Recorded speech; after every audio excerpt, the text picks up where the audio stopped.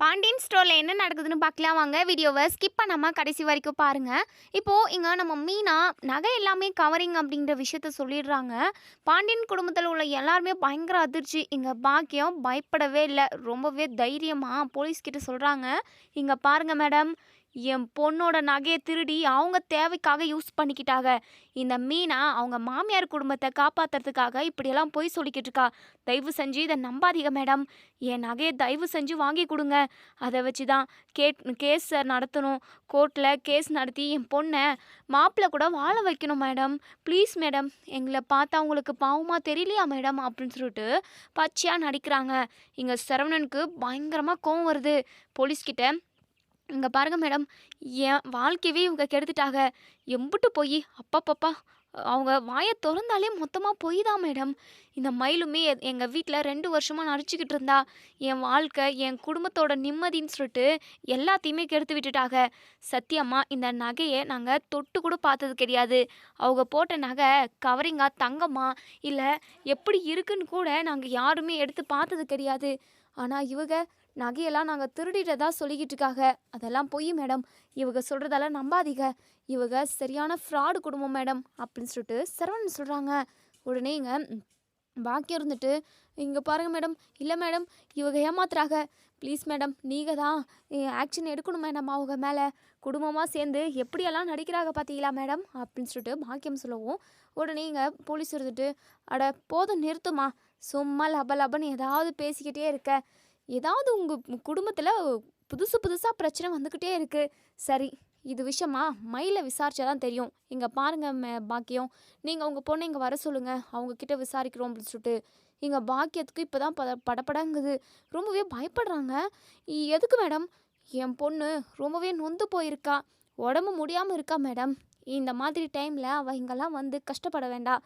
பாவம், ஏற்கனவே அவள் பாதிக்கப்பட்டவ. அவளை எதுக்காக அலைய வைக்கிறீங்க மேடம்?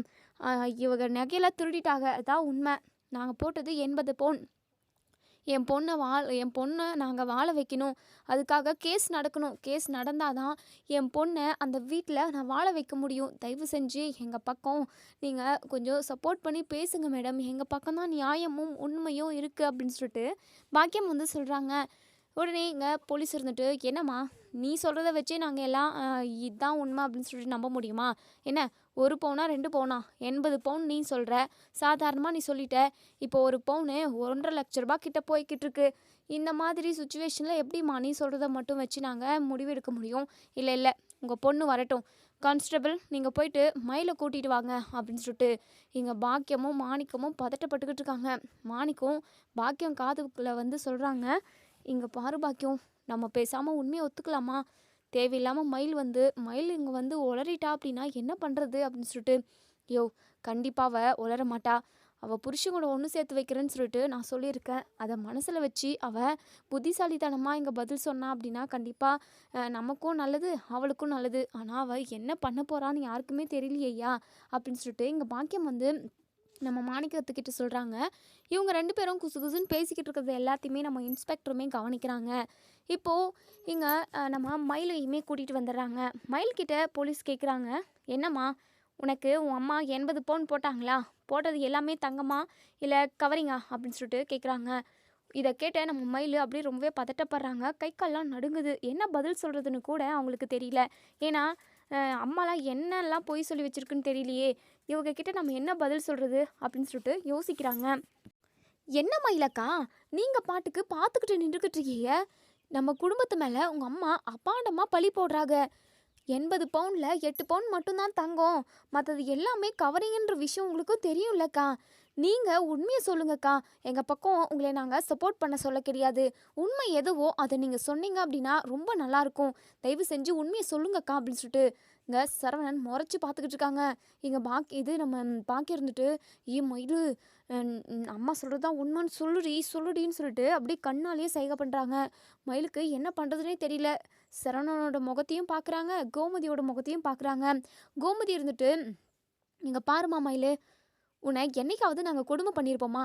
ஆனால் கொடுமை பண்ணிட்டோம், வரதட்சணை கொடுமை பண்ணோம், இது பண்ணோம் அது பண்ணோன்னு சொல்லிட்டு எக்கச்சக்கமான கேஸை போட்டு எங்களை உள்ள தள்ளினேன். அதுக்கப்புறம் நாங்கள் ஜாமீனில் வந்தோம்.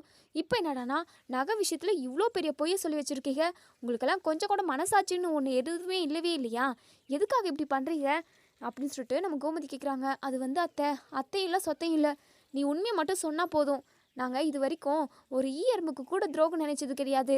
ஏன் இவங்க அம்புட்டு பெரிய கடையை நடத்திக்கிட்டு இருக்காங்க. மளிகை கடையில் ஒரு ரூபா கூட யாரையுமே ஏமாத்துனது கிடையாது.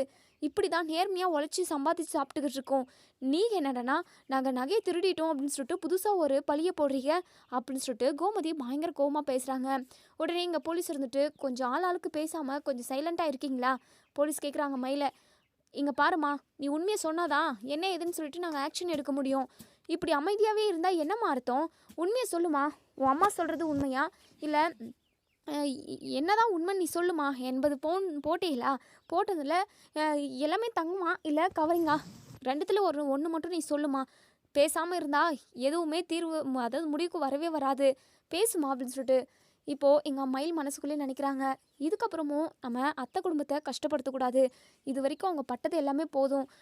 செய்யாத தப்புக்கு எல்லாருமா சேர்ந்து தண்டனை அனுபவிச்சிட்டாங்க. அம்மா கூட சேர்ந்துக்கிட்டு நம்ம போய் சொல்லவே கூடாது.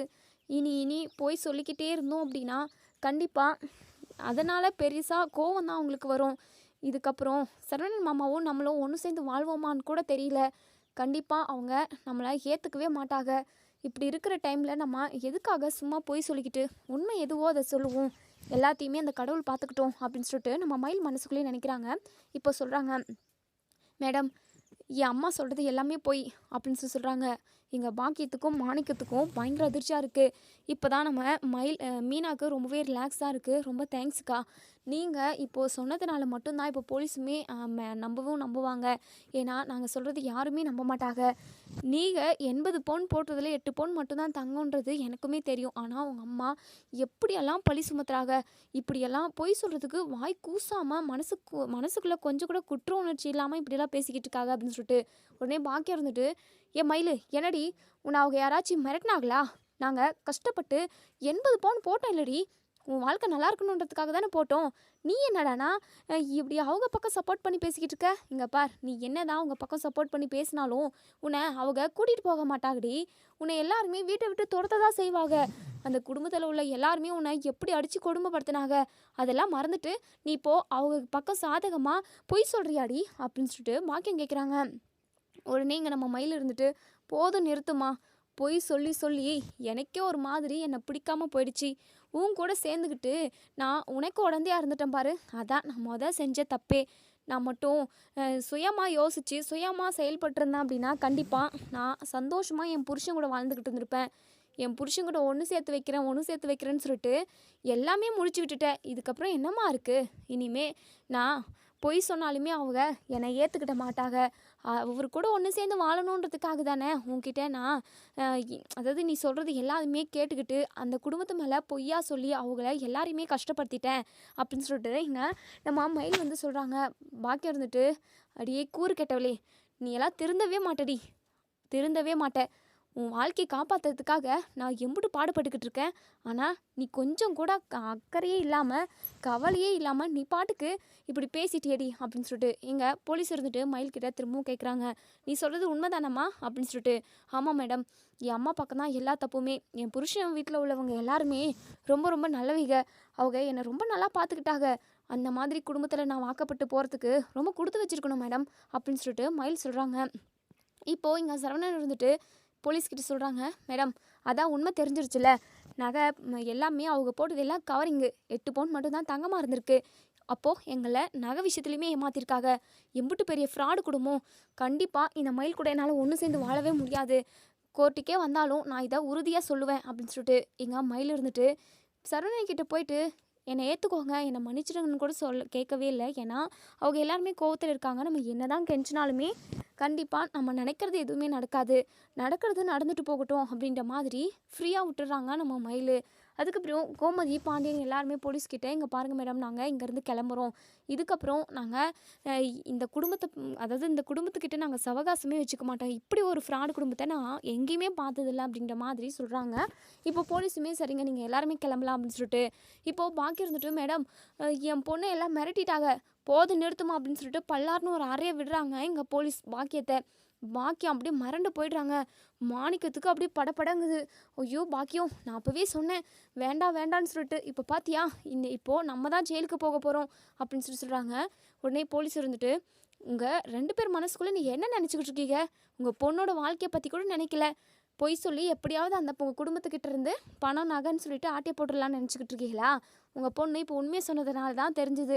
உங்கள் பொண்ணு உங்கள் கூட சேர்ந்து பொய் சொல்லியிருந்தா அந்த குடும்பம் தான் மாட்டியிருந்திருக்கும். கொஞ்சம் கூட உங்களுக்கெல்லாம் ஈவே இருக்குன்றது எதுவுமே இல்லையா? என்ன எங்களுக்கு எது வேலை வெட்டி இல்லைன்னு நினச்சிக்கிட்டு இருக்கீங்க? உங்கள் இஷ்டத்துக்கு பொய் சொல்லிக்கிட்டு ஜாலியாக இருக்கிறதுக்கு நாங்கள் தான் கிடைச்சோமா அப்படின்னு சொல்லிட்டு பல்லார்னு எங்கள் பாக்கியத்தை அறைய விடுறாங்க. பாக்கியம் அப்படி தலை குனிஞ்சு போய் நிற்கிறாங்க. மயிலுக்கு ரொம்ப கஷ்டமாக தான் இருக்குது. போலீஸ்கிட்ட இருந்து, "இங்கே பாருங்கள் மேடம், தயவு செஞ்சு என் அம்மாவை அடிக்காதீங்க. என் வாழ்க்கையை காப்பாற்றணுன்றதுக்காக தான் என் அம்மாவும் இப்படியெல்லாம் பண்ணிருச்சு. என் அம்மாவோட மனசுக்குள்ளுமே எந்த ஒரு கெட்ட நோக்கமும் இல்லை. என் அம்மாவையும் என் அப்பாவையும் வெளியே விட்டுருங்க மேடம், ப்ளீஸ் மேடம்" அப்படின்னு சொல்லிட்டு, "இங்கே பாருங்கம்மா, நீங்கள் பண்ண தப்புக்கு உங்கள் எல்லாருமே ஜெயிலில் தான் தூக்கி போடணும். அந்த குடும்பத்தவே ஏமாற்றிருக்கீங்க. அந்த சரவணன் பையனோட வாழ்க்கையவே சீரழிச்சிருக்கீங்க. உங்களை மாதிரி ஒரு குடும்பத்தை நான் எங்கேயுமே பார்த்ததில்ல. என்ன குடும்பம் இது? வாயை திறந்தாலே பொய்ன்னு பொய்யிலே ஊறி வாழ்ந்திருக்கீங்க. பரம்பரையா பொய் சொல்லி தான் குடும்பத்தவே ஓட்டிக்கிட்டு இருக்கீங்களா நீங்கள்?" அப்படின்னு சொல்லிட்டு இங்கே போலீஸ் வந்து சொல்கிறாங்க. இங்கே நம்ம மயில் இருந்துட்டு, "மேடம் ப்ளீஸ் மேடம், என் அம்மாவையும் என் அப்பாவையும் விட்டுருங்க தயவு செஞ்சு. பொய் சொன்னதெல்லாம் தப்புன்னு சொல்லிட்டு நான் உணர்ந்துட்டேன். கண்டிப்பாக என் அப்பாவும் என் அம்மாவும் உணர்ந்துருவாங்க. உங்கள் காலில் கூட விழுறேன். தயவு செஞ்சு அவங்கள விட்டுருங்க மேடம்" அப்படின்னு சொல்லிட்டு இங்கே நம்ம மயில் ஒரு வழியாக அவங்க கையில் விழுந்து பாக்கியத்தையும் மாணிக்கத்தையும் மீட்டு வீட்டுக்கு கூட்டிகிட்டு போகிறாங்க. நம்ம பாக்கியம் வீட்டுக்கு போனதுமே பயங்கர கோவமாக இருக்காங்க. மயில் இருந்துட்டு, "ஏம்மா ஏன் இப்படி இருக்க?" அப்படின்னு சொல்லி கேட்கவும், "வேற என்னடி, வேற என்ன பண்ண சொல்கிறேன் என்ன? நல்லா நான் என் பிள்ளையா பெத்தேன் பாரு, அதுக்கு நான் அனுபவிச்சு தாண்டி ஆகணும். உன் அப்பா மாதிரி ஒரு உதவாக்காரனை கல்யாணம் பண்ணிட்டு வந்து நான் எம்புட்டெல்லாம் கஷ்டப்பட்டிருக்கேன் தெரியுமா? உங்களை எப்படியாவது நல்ல இடத்துல கல்யாணம் பண்ணி உங்களை கரை சேர்த்திடணும்னு நினச்சேன். ஆனால் நீ என்னடானா கல்யாணம் பண்ணி கொடுத்தா அங்கே ஒழுங்கா உன்னால் வாழ முடியல, எல்லாரையும் சமாளித்து, அதுக்கு துப்பு இல்லைன்னு சொல்லிட்டு வீட்டுக்கு இங்கே வந்துட்ட. உன் வாழ்க்கை எப்படியாவது சரி செஞ்சு உன்னை உன் வீட்டுக்கே துரத்தி விடலான்னு பார்த்தா நீ என்னடானா உண்மையை சொல்கிறேன், நான் நேர்மையாக இருக்கேன் அப்படின்னு சொல்லிட்டு இப்போது எல்லாத்தையுமே போட்டு உடச்சிட்டு வந்துட்ட. இப்போ எல்லாருமா சேர்ந்து உன்னை வந்து கூட்டிகிட்டு போக நினச்சிக்கிட்டு இருக்கியா? அது மட்டும் நடக்கவே நடக்காது. கடைசி வரைக்கும் நீ இந்த வீட்டில் வாளா வெட்டியாக தான் இருக்கணும் அப்படின்னு சொல்லிட்டு இங்கே நம்ம பாக்கியம் வந்து மயில்கிட்ட பயங்கர கோவமாக பேசிக்கிட்டு இருக்காங்க. இங்கே மயில் சொல்கிறாங்க, "போதுமா, போதும், பொய் சொன்னது எல்லாமே போதும். இதுக்கப்புறம் நான் பொய் சொல்லாமல் நிம்மதியாக வாழணும்னு நினைக்கிறேன். கண்டிப்பாக மாமாவோட மனசு மாறும்னு சொல்லிட்டு என் உள் மனசு சொல்லிக்கிட்டே இருக்குது. அந்த கடவுள் எனக்கு நல்ல வழியை தான் காட்டுவாங்க" அப்படின்னு சொல்லிட்டு உடனே பாக்கியம் கேட்குறாங்க, "அது வரைக்கும் நீ இங்கே என்னடி பண்ண போகிற? ஆமாம், உன் அப்பனுக்கு உனக்கு சோறு போகிறதுக்கு வக்கு இருக்கா? எத்தனை நாள் நாங்கள் சாப்பிடாம பட்னியாக கிடந்திருக்கோம் தெரியுமா? உன் வாழ்க்கையை நல்லபடியாக அமைச்சு கொடுத்துட்டோமே. 3 வேளையும் நீ வயிறு நிறைய சாப்பிட்ற, வசதியான வீட்டில் நல்லா ஜம்முன்னு வாழ்கிறேன்னு சொல்லிட்டு சந்தோஷமாக இருந்தோம். அதை நினச்சாவே எனக்கு பசி அடங்கின மாதிரி இருக்கும். இப்போது நீயும் எங்கள் கூட வந்து பட்னி தான் கிடக்கணும். ஏதோ ஒரு வேளை சாப்பாடு, அதுவும் இல்லைனா பட்னி கிடந்து தான் நீ தூங்கணும். இங்கே பாரு மயிலு, உன் வாழ்க்கையை நீ கோட்டை விட்டுட்ட. இதுக்கப்புறம் நீ நினச்சாலுமே உன் வாழ்க்கையை காப்பாற்றிக்கவே முடியாது. ரொம்ப கஷ்டம்தான் மயிலு" அப்படின்னு சொல்லிட்டு, "அம்மா உனக்கு என்ன? உன்னை நான் நல்லா பார்த்துக்கிறேம்மா. நான் வேலைக்கு போகிறேன். வேலைக்கு போயிட்டு உன்னை அப்பாவை ஏன் சுடரை கூட நான் நல்லா பார்த்துக்குவேன். உங்கள் எல்லாரையுமே சந்தோஷமாக பார்த்துக்கிறது மட்டும்தாம்மா இனிமேல் என்னுடைய வேலை. மற்றபடி என் வாழ்க்கையை பற்றி நான் நினச்சி கவலைப்பட்டுக்கிட்டெல்லாம் உட்காந்துக்கிட்டு இருக்க மாட்டேன். போதும், நடக்கிறது நடந்துட்டு போகட்டும், நம்ம பாட்டுக்கு ஃப்ரீயாக விட்டுருவோமே" அப்படின்னு சொல்லிட்டு உடனே பாக்கியம் இருந்துட்டு, "மயில்" அப்படின்னு சொல்லிட்டு பயங்கரமாக அழுகுறாங்க. இப்போது மாணிக்கம் இருந்துட்டு, "இங்கே பாரு பாக்கியம், அழாத. மயில் சொன்னதுமே எனக்கு சரின்னு தான் படுது. ஏன்னா கடைசி வரைக்குமே பொய்ன்னு சொல்லிட்டு அந்த குடும்பத்தை நம்ம வாட்டி வதக்கி எடுத்துட்டுருக்கோம். இப்போ மயில் உண்மையை சொன்னால, அதனால் கண்டிப்பாக அந்த குடும்பத்தில் உள்ள எல்லாருக்குமே மயில் மேலே ஒரு நல்ல அபிப்பிராயம் வரும்னு எனக்கு தோணிக்கிட்டே இருக்குது. நீ வேணா பாரேன், சம்மந்தி அம்மாவும் சம்மந்தியும் வந்து நம்ம பொண்ணை வீட்டுக்கு கூட்டிகிட்டு போக தான் போகிறாங்க. நகை அப்படின்னு சொல்லிட்டு எங்கள் மாணிக்கம் சொல்கிறாங்க. மயிலுக்கு ரொம்ப சந்தோஷமாக தான் இருக்குது. ஆனால் அப்படி இவ்வளோ சீக்கிரமெல்லாம் நடக்கிறதுக்கு வாய்ப்பே இல்லை அப்படின்ற மாதிரி தான் மயில் மனசுக்குள்ளே நினைக்கிறாங்க. இன்னொரு சைடு இங்கே நம்ம கோமதி ரொம்பவே ரிலாக்ஸாக இருக்காங்க. ஆனால் சரவணனை பார்த்தா தான் ரொம்பவே ஃபீல் பண்ணுறாங்க. சரவணனோட வாழ்க்கை என்ன ஆகும் அப்படின்னு சொல்லிட்டு ஒவ்வொரு நிமிஷமும் ரொம்பவே ஃபீல் பண்ணிக்கிட்டு உட்காந்துருக்காங்க. இப்போது இங்கே நம்ம முத்துவேலும் நம்ம சக்திவேல் அதுக்கப்புறம் அப்பத்தா இவங்க 3 பேருமே நம்ம கோமதியோட வீட்டுக்கு வராங்க. கோமதியை பார்த்ததுமே என்ன சொன்னாங்க அப்படின்னு சொல்லிட்டு நடந்த விஷயத்த எல்லாத்தையுமே சொல்கிறாங்க. எங்கள் முத்துவேல் இருந்துட்டு எவ்வளோ ஃப்ராட் வேலை பண்ணுறாங்க அந்த குடும்பம்லாம் ஒரு அதாவது பூமியில் வாழ்கிறதுக்கே தகுதியான குடும்பமே கிடையாது. அவங்கெல்லாம் வேற எங்கேயே இருக்க வேண்டியவங்க போல் அப்படின்னு சொல்லிட்டு எங்கள் முத்துவேலுமே பயங்கர கோபமாக பேசிக்கிட்டு இருக்காங்க. சரி, இனிமேல் அவங்களால எந்த பிரச்சனையுமே வராது, நீங்கள் யாரும் கவலைப்படாதீங்க, சாப்பிடுங்க எல்லாருமே அப்படின்னு சொல்லிட்டு அங்கேருந்து நம்ம முத்துவேலும் சக்திவேலும் போயிடுறாங்க. அப்போ தான் அவமே சரி கோமதி நான் வரேன் அப்படின்னு சொல்லிட்டு இப்போது கோமதி பயங்கரமாக யோசிச்சுக்கிட்டு இருக்காங்க. மயில் கடைசி நிமிஷத்தில் உண்மையை சொல்லலை அப்படின்னா கண்டிப்பாக நம்ம எல்லாருமே ஜெயிலுக்குள்ளே தான் இருந்திருக்கணும் அப்படின்னு சொல்லிட்டு நம்ம கோமதி மனசுக்குள்ளே நினைக்கிறாங்க. பாண்டியன் என்ன கோமதி, என்ன இவ்வளோ சீரியஸாக யோசிச்சுக்கிட்டு இருக்க? நான் உன்னை எத்தனை டைம் கூப்பிட்டேன் தெரியுமா? நீ பாட்டுக்கு பயங்கர யோசனையில் இருக்க அப்படின்னு சொல்லிட்டு. ஆமாங்க, மயில் மட்டும் கடைசி நேரத்தில் உண்மையை சொல்லாமல் இருந்திருந்தா நம்மளோட நிலைமை என்னங்க ஆயிருக்கும்? 80 பவுன், ஐயோ பா, கோடி வரைக்குமே தொற்றும் போல் நம்ம அவங்களுக்கு நகையை திருப்பி கொடுத்துருக்கணும் அப்படின்னா. ஆனால் மொத்தமாக கவரிங்கை போட்டுட்டு நம்மக்கிட்ட இருந்து தங்கத்தை அடிக்கலான்னு சொல்லிட்டு அந்த பாக்கியமும் அவங்க புருஷனும் நினச்சிருக்காங்க. மயில் மட்டும் உண்மையை சொல்லாமல் இருந்திருந்தா நம்மக்கிட்ட மொத்த நகையுமே கேட்டிருந்தா நம்ம என்னங்க பண்ணியிருக்க முடியும்? நம்மக்கிட்ட இருந்த வயலையுமே பிள்ளைங்களோட வேலைக்காகவும் தொழில் ஆரம்பிக்கிறதுக்காகவும் நம்ம பணத்தை செலவழிச்சிட்டோம். இருக்கிறது கடை வீடு மட்டும்தான். இதை வச்சு நம்ம என்னங்க பண்ணுறது? வீட்டையும் விட்டு கொடுக்க முடியாது, கடையையுமே கொடுத்துட முடியாது. இப்படி நம்ம இக்கட்டான சூழ்நிலையில் சிக்கிக்கிட்டு இருந்திருப்போமேங்க. 80 பவுனை நம்ம திரும்ப வாங்கணும் அப்படின்னா கூட எம்புட்டுங்க, ஒரு லட்சம்னா கூட அப்பாப்பா 80 லட்சம் ஆக போகுது. செய்கூலி சேதாரம் அது இதுன்னு எப்படியும் எவ்வளோ இதாகிட்டு இருக்கும்ல, கோடி ரூபாவை தொட்டுட்டு இருக்கும்ல. அந்த அளவுக்கு நம்மக்கிட்ட அமௌண்ட்டுமே இல்லைங்க. எப்படியோ மயில் உண்மையை சொல்லிட்டா. எனக்கு என்னமோ மயில் மேலே எந்த தப்புமே இல்லை. அதாவது அவங்க அம்மாவும் அவங்க அப்பாவும் சேர்ந்து தான் அப்படி ஒரு வேலையை பார்த்துக்கிட்டு இருக்காங்க. மயிலை பொய் சொன்னதையும் அவங்க 2 பேரும் தான் சொல்லிட்டு எனக்கு இப்போ தோணிக்கிட்டே இருக்குங்க. எனக்கு என்னமோ மயில் அப்பாவின்னு தான் தோணுது. அவள் இந்த வீட்டில் இருந்தப்போ ஒவ்வொரு வேலையாக நல்லா செய்வாங்க, என்னை வேலை கூட செய்ய விட மாட்டாங்கங்க. அது மட்டும் இல்லாமல் வீட்டில் உள்ள ஒவ்வொருத்தர் மேலுமே அவ்வளோ அன்பு பாசம்னு கொட்டுவாங்க. உண்மையாகவே அவள் ரொம்ப நல்ல பொண்ணு தாங்க. என்ன ஒன்று, கல்யாணம் பண்ணுறப்போ இப்படி ஒரு பொய்யை சொல்லிட்டாங்க. ஆனால் அந்த பொய்க்கு பின்னாடி காரணமும் அந்த பாக்கியமும் அவங்க புருஷனும் தாங்க இருப்பாங்க. மயில் நல்ல பொண்ணுங்க. நம்ம பொண்ணு நல்ல பொண்ணாக இருந்தால் போதும்னு சொல்லிட்டு தான் நினச்சோம். ஆனால் அவங்க அப்பா அம்மா எப்படி என்ன ஏது பொண்ணு எப்படின்னு சொல்லிட்டு ஊரில் விசாரிக்காமல் விட்டுட்டோம். விசாரிச்சிருந்தா கண்டிப்பாக அவங்களோட சுயரூபம் என்னன்னு தெரிஞ்சிருக்கும். இப்போ கூட சரவணன் மயிலை டிவோர்ஸ் பண்ணுறதா பேசிக்கிட்டு இருக்காங்கங்க. அது கரெக்டாக தப்பான்னு கூட எனக்கு தெரியல. ஏன்னா மயில் நல்லவன்னு எனக்கு தோணிக்கிட்டே இருக்குது. மயிலையும் சரவணனையும் ஒன்று சேர்த்து வச்சு அவங்க அப்பா அம்மா நம்ம வீட்டுக்கு வரக்கூடாது, அவங்களோட சங்காரத்தமே நமக்கு வேண்டான்ற மாதிரி நம்ம ஒரு முடிவு எடுக்கலாமாங்க. அதுக்கு சரவணன் ஒத்துப்பானா அப்படின்னு சொல்லிட்டு உடனே இங்கே பாண்டியன் இருந்துட்டு, இங்கே பாரு கோமதி, மயில் உண்மையை சொன்னால் எதுக்காக, ஒரு வேளை நம்ம உண்மையை சொன்னால் நம்ம ஏற்றுப்போமா அப்படிங்கிற ஒரு பிளான் பண்ணி கூட அவன் உண்மையை சொல்லியிருக்கலாம்ல மயில் பிள்ளை. எனக்கு என்னமோ நம்மக்கிட்ட நல்ல பேர் எடுக்கிறதுக்காக தான் அந்த பொண்ணு இப்படி பண்ணியிருக்கோன்னு தோணுது. அவங்க குடும்பமே ஃப்ராடு குடும்பம். எனக்கு என்னமோ அவங்கள நம்பக்கூடாதுன்னு தான் தோணுது கோமதி. அது மட்டும் இல்லாமல் இது விஷயமா நீ சரவணன்கிட்ட பேசினாலுமே சரவணன் மயிலை ஏற்றுக்கவே மாட்டான்.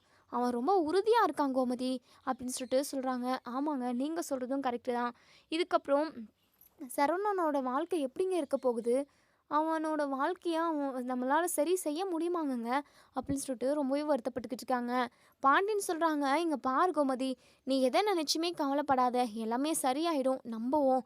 கண்டிப்பாக கடவுள் ஒருத்தன் இருக்கான்ல, அவன் நமக்கு ஒரு நல்ல வழியை காட்டுவான் அப்படின்னு சொல்கிறாங்க. உடனே கோமதி இருந்துட்டு, எங்க நம்ம பக்கத்தில் உள்ள கோவிலுக்கு போயிட்டு வந்துடலாமா அப்படின்னு சொல்லிட்டு இப்போது 2 பேருமா கோவிலுக்கு கிளம்பி போகிறாங்க. கோவிலுக்கு போயிட்டு எங்கள் சாமிக்கிட்ட நம்ம கோமதி அழுது புலம்பி அவங்களோட கஷ்டத்தை எல்லாத்தையுமே சொல்கிறாங்க. சரவணனோட வாழ்க்கை சரியாகணும், அதுக்கு நீதான் கடவுளே வழிகாட்டணும் அப்படின்னு சொல்லிட்டு பக்கத்தில் ஒரு சாமியார் வந்து நிற்கிறாங்க. கவலைப்படாத தாயி, எல்லாமே சரியாயிடும். உன் பையனோட வாழ்க்கை நல்லா இருக்கும், சந்தோஷமாக உன் பிள்ளை வாழ போகிறான். இத்தனை நாளாக அந்த கடவுள் அவனை சோதிச்சுக்கிட்டு இருந்தாரு, இனிமே அவனோட வாழ்க்கை சிறப்பாக இருக்கும், நீ கவலைப்பட வேண்டாம் தாயி அப்படின்னு சொல்லிட்டு அங்கேருந்து அந்த சாமியார் போயிடுறாங்க. கோமதிக்கு ரொம்பவே நிம்மதியாக இருக்குது.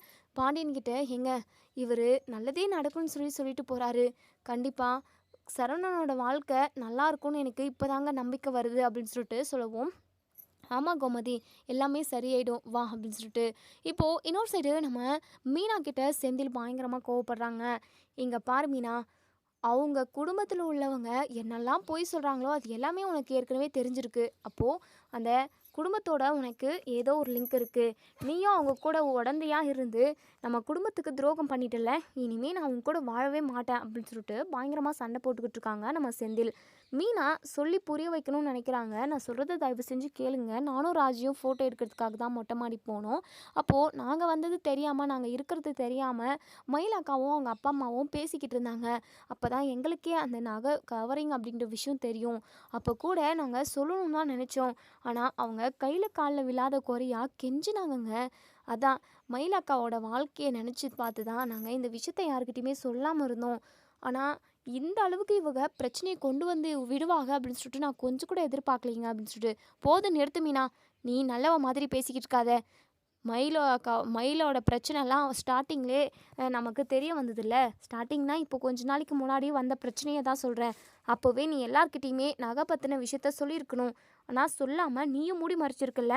ஏங்க, புதுசாக எதுவும் பிரச்சனை வந்துடக்கூடாதுன்றதுக்காக தான் நான் இந்த விஷயத்தை ஓப்பன் பண்ணாமல் இருந்தேன். அது மட்டும் இல்லாமல் மயிலக்காவோட அம்மா நகையை வாங்கிட்டு போகிறதா சொல்லியிருந்தாங்க. நகையை கொண்டு போயிட்டாங்க அப்படின்னா இதுக்கப்புறம் நமக்கு பிரச்சனையே வராது அப்படின்னு சொல்லிட்டு நான் நினச்சேங்க. ஆனால் இவங்க இப்படி ஒரு ட்விஸ்ட்டை கொண்டு வருவாங்க, நம்மக்கிட்ட இப்படி எல்லாம் பேசி எப்படியாவது பணத்தை நம்மக்கிட்ட இருந்து கொள்ளடிக்க பார்ப்பாங்கன்னு சொல்லிட்டு எனக்கு எப்படிங்க தெரியும். நம்ம இதை சொல்லி யாரோட மனசு கஷ்டப்பட வேண்டாம்னு சொல்லிட்டு தான் நான் வெயிட் பண்ணிக்கிட்டு இருந்தேன் அப்படின்னு சொல்லிட்டு உடனே செந்தில் சொல்கிறாங்க. இங்கே பாரு மீனா, அப்போது உன் மேலே கேஸ் கொடுக்காததுக்கு இதுவும் ஒரு காரணம். நகை பற்றின விஷயத்த யாருக்கிட்டையும் சொல்லாமல் இருக்கா, இவன் நம்ம பக்கம்தான் சப்போர்ட்டிவாக இருக்கான்னு சொல்லிட்டு அந்த பாக்கியம் குடும்பத்தில் உள்ள எல்லாருமா சேர்ந்துக்கிட்டு நம்ம குடும்பத்தை வாட்டி எடுத்தாக. அது எல்லாமே பார்த்துக்கிட்டு நீ சும்மா தானே இருந்த. அம்மா அப்பான்னு எல்லாருமே நாங்கள் எல்லாரும் போலீஸ் ஸ்டேஷனில் ஒரு நைட்டு இருந்து எம்பிட்டு கஷ்டப்பட்டோம். அப்போயாவது இந்த விஷயத்த போலீஸ்கிட்ட சொல்லியிருக்கலாம்ல. ஏங்க, நம்ம எம்பிட்டு தான் சொல்லியிருந்தாலும் யாரையுமே விட்டுருக்க மாட்டாங்கங்க. கோர்ட்டுக்கு போகிற வரைக்கும் எஃப்ஐஆர் போட்டுட்டாங்கல்ல. வரதட்சணை கொடுமைன்னு சொல்லிட்டு அவங்க பொய்யா கேஸ் போட்டதுனால தான் இப்படி ஒரு பிரச்சனையும் வந்தது. நம்ம என்ன தான் ஸ்ட்ராங்காக எடுத்து சொல்லியிருந்தாலுமே அவங்க நம்பிக்க மாட்டாங்க. அது மட்டும் இல்லாமல் என்கிட்ட அதுக்கான தகுந்த ஆதாரமும் இல்லைங்க. நம்ம வந்து ஏதாவது எவிடன்ஸ் வச்சுருந்தோம் அப்படின்னா மட்டும்தான் கண்டிப்பாக அவங்க நம்ம பக்கம் பேசுவாங்க. நான் சொல்கிறத கொஞ்சம் புரிஞ்சுக்கோங்களேன். ஏன் நீங்கள் புரிஞ்சுக்காமல் பேசுகிறீங்க? போதும் நிறுத்து மீனா, உன்னை பார்க்கவே எனக்கு பிடிக்கல. கோர்ட்டஸுக்கு போகலான்னு சொல்லிட்டு நான் உன்னை கூப்பிட்டதுக்கு எனக்கு என்னெல்லாம் கண்டிஷன் போட்டேன். ஏன் இங்கே வந்ததுக்கப்புறம் கூட நீ ஒழுங்காக எனக்கு சமைச்சு கூட கொடுக்க மாட்டேன். பாதி நேரம் கடையில் தான் சாப்பிட்டுட்டு இருந்தோம். சரி, நீ தானேன்னு சொல்லிட்டு எல்லாத்தையும் பொறுத்துக்கிட்டு போனேன். ஆனால் இந்த மாதிரி வேறு மாதிரி விஷயத்துக்கெல்லாம் நீ துணை போன அப்படின்னா கண்டிப்பாக அதெல்லாம் என்னால் ஏற்றுக்க முடியாது மீனா. தேவையில்லாத வேலையெல்லாம் பார்த்துக்கிட்டு இருக்க. நீ என்ன செஞ்சாலும் அது கரெக்டுன்னு சொல்லிட்டு உன் நினைப்பா என்ன? அப்படிலாம் கிடையாது. கேவலமான ஒரு செயலை செஞ்சுருக்க. அத்தைன்னு சொல்லிட்டு உருகிக்கிட்டே இருப்பியே. உன் அத்தை குடும்பத்துக்கு நீ இப்படி தான் நீ உண்மையாக இருப்பியா? இப்படி பெரிய துரோகத்தை பண்ணியிருக்க அப்படின்னு சொல்லிட்டு. ஏங்க, நான் என்னங்க தப்பு பண்ணேன்? தேவையில்லாமல் என்ன பிடிச்சி திட்டிக்கிட்டு இருக்கீங்க? எங்கே பாரு மீனா, நீ உன் அம்மா வீட்டுக்கே போ. உன் கூட இருக்கிறதுக்கே எனக்கு சுத்தமாக பிடிக்கல அப்படின்னு சொல்லிட்டு நம்ம செந்தில் பயங்கர கோவமாக சொல்லிவிட்டு அங்கேருந்து போயிடுறாங்க. மீனா பயங்கரமாக டென்ஷனில் இருக்காங்க. எதுக்கு இவங்க புரியாமே பேசிக்கிட்டு இருக்காங்க? சொல்ல வரத கொஞ்சம் காது கொடுத்து கேட்கலாம்ல. கேட்குறதும் இல்லை, ஒன்றும் இல்லை. இந்த காதில் வாங்கி அந்த காதில் விட்டுட்டு டாம் டும் குதிக்க வேண்டியது தான். எந்த பிரச்சனையும் வரக்கூடாது குடும்பத்துக்குள்ளன்னு சொல்லிட்டு நம்ம யோசித்து இந்த விஷயத்தை யாருக்கிட்டையும் சொல்லாமல் இருந்தோம். ஆனால் இவங்க தப்பாக நினச்சிட்டு போகிறாங்க. கொஞ்சம் கூட யோசிச்சே பார்க்க மாட்டாங்க. புத்தியே இல்லை அப்படின்னு சொல்லிட்டு இன்னொரு சைடு நம்ம கோமதி மீனாவுக்கு கால் பண்ணுறாங்க. இங்கே நம்ம கோமதியுமே மீனாவா அதே கேள்வி தான் கேட்குறாங்க. ஏன் இந்த விஷயத்த எங்ககிட்ட ரொம்ப நாள் தான் மறைச்சு அப்படின்னு சொல்லிட்டு. அத்தை நீங்களாவது கொஞ்சம் புரிஞ்சுக்கோங்க அத்தை அப்படின்னு சொல்லிட்டு நம்ம மீனா பக்கம் உள்ள நியாயத்தையும் சொல்கிறாங்க. இப்படியெல்லாம் நடந்துரும்ன்றதுக்காக தான் இதை சொல்லாமல் இருந்தோம் அப்படின்றதுக்கு அப்படியுமே நம்ம மீனா வந்து கோமதி கிட்ட சொல்கிறாங்க. கோமதி இருந்துட்டு என்னதான் இருந்தாலும் நீ எல்லாருக்கிட்டையுமே விஷயத்த சொல்லியிருக்கணும் இல்லைம்மா. ஏன் எல்லார்கிட்டயும் இல்லை அப்படின்னா கூட என்கிட்ட சொல்லியிருக்கலாம்ல. நீ என்கிட்ட ரொம்ப க்ளோஸாக தானே இருந்த. இந்த அத்தை அத்தை அத்தைன்னு சொல்லிட்டு அம்மா மாதிரி என் முந்தானியை பிடிச்சிக்கிட்டு பின்னாடியே தான் சுற்றிக்கிட்டு இருந்த. அப்படி இருக்கிறப்போ நீயும் ராஜியும் என்கிட்ட இந்த விஷயத்த மறைச்சிருக்கீங்க. இது உங்களுக்கே கொஞ்சம் நியாயமாக இருக்காம்மா. எதுவாக இருந்தாலும் ஓடோடி வந்து உங்ககிட்ட தான் நான் எல்லா விஷயத்தையுமே சொல்லி அழுவேன் புலம்புவேன். ஆனால் நீங்கள் எல்லாருமா சேர்ந்துக்கிட்டு என் தலையில் மிளகா அரைச்சிட்டீங்கல்ல. ஒருத்தவங்க கூட இந்த குடும்பத்துக்காக நல்லதுன்னு யோசிக்கவே இல்லைல்ல. சரி போதும் போதும். இந்த மாதிரி மருமகங்கள நான் எங்கே போனாலுமே தேடி கண்டுபிடிக்க முடியாது. நான் கேட்டு வந்த வரோம் அப்படி. ஒரு நாளாவது உங்கள் 3 பேரையும் நான் எப்பயாவது இந்த வேலையை செஞ்சே ஆகணும்னு சொல்லிட்டு கண்டிஷன் போட்டிருக்கேனா? உங்ககிட்ட தான் நான் வந்து நிற்பேன் எதுக்காக இருந்தாலும். ஆனால் நீங்கள் மொத்தமாக சேர்ந்து இப்படி என்ன போட்டு தள்ளிட்டீங்களே. மனசளவில் நான் ரொம்ப நொந்து போயிருக்கேன் மீனா அப்படின்னு சொல்லிட்டு. அத்தை தயவு செஞ்சு நான் சொல்கிறத ஒரு நிமிஷம் கேளுங்க அத்தை. நீங்களும் இப்படியே பேசினா என்ன அர்த்தம் பண்ண முடியும். போதும் நிறுத்து மீனா. நான் உன்னை ராஜிய மயிலுன்னு சொல்லிட்டு 3 பேரையும் ரொம்ப நல்ல மருமகங்க. நம்ம வீட்டுக்கு நல்ல மருமகளாக வந்திருக்காங்க அப்படின்னு சொல்லி நினச்சிக்கிட்டு இருந்தேன். நீ கடைசியில் செந்தில பிரித்து கூட்டிகிட்டு போயிட்ட. ஆனால் நல்லவ மாதிரி எங்கள் எல்லார் முன்னாடியுமே நடிச்சிட்ட. அதே மாதிரி தான் இந்த மீனாவும் இது மயிலுமே சரவணனை கெட்டவனாக்கிட்டு அவன் நல்லவ மாதிரி நடிச்சுக்கிட்டு இருந்தா.